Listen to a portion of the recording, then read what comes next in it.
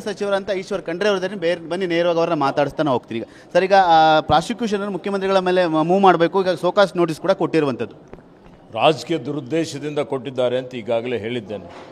Governor ಹುದ್ದೆಯನ್ನು ದುರ್ಬಳಕೆ ಮಾಡಿಕೊಳ್ತಾ ಇದ್ದಾರೆ, ಇದನ್ನು ಖಂಡಿಸ್ತೇವೆ. ಪ್ರಜಾಸತ್ತಾತ್ಮಕವಾಗಿ ಆಯ್ಕೆಯಾದಂಥ ಸರ್ಕಾರವನ್ನು ಅಸ್ಥಿರಗೊಳಿಸಲು ಪ್ರಯತ್ನ ನಡೀತಾ ಇದೆ. ಇದರಿಂದ ರಾಜ್ಯದ ಅಭಿವೃದ್ಧಿಗೆ ಕುಂಠಿತಗೊಳ್ತದೆ. ಕೇಂದ್ರ ಬಿಜೆಪಿ ಸರ್ಕಾರ ನೇರವಾಗಿ ಅವರೇ ಹೊಣೆಗಾರರ ಆಗ್ತಾರೆ.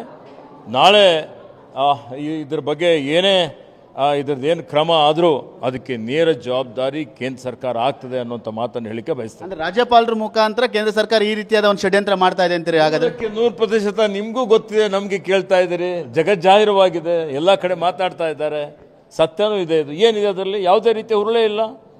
ಇವತ್ತು ಏನೂ ಹುರುಳಿಲ್ಲದೆ ಯಾವುದೋ ಒಂದು ಪ್ರಕರಣವನ್ನು ತೆಗೆದುಕೊಂಡು ಇವತ್ತು ಒಬ್ಬರಿಗೆ ಅವರ ಒಂದು ಚಾರಿತ್ರ್ಯಕ್ಕೆ ಧಕ್ಕೆ ತರುವಂಥ ಒಂದು ಕೆಲಸ ಏನು ನಡೀತಾ ಇದೆ, ಇದು ಖಂಡನೀಯವಾಗಿದೆ.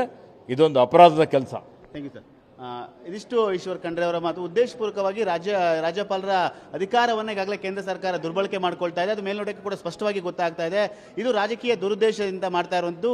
ಯಾವುದೇ ಒಂದು ಈ ಒಂದು ಆರೋಪದಲ್ಲಿ ಹುರುಳಿಲ್ಲ. ಹಾಗಾಗಿ ಇವತ್ತಿನ ಸಚಿವ ಸಂಪುಟದ ಸಭೆಯಲ್ಲಿ ಒಂದು ಅಂತಿಮವಾದ ನಿರ್ಧಾರವನ್ನು ಮಾಡ್ತೀವಿ ಅನ್ನೋ ಮಾತುಗಳು ಕೂಡ ಹೇಳ್ತಾ ಇರೋದು. ಕ್ಯಾಮರಾಮನ್ ವಿನೋದ್ ಜೊತೆ ಸುನಿಲ್, TV9 ಬೆಂಗಳೂರು.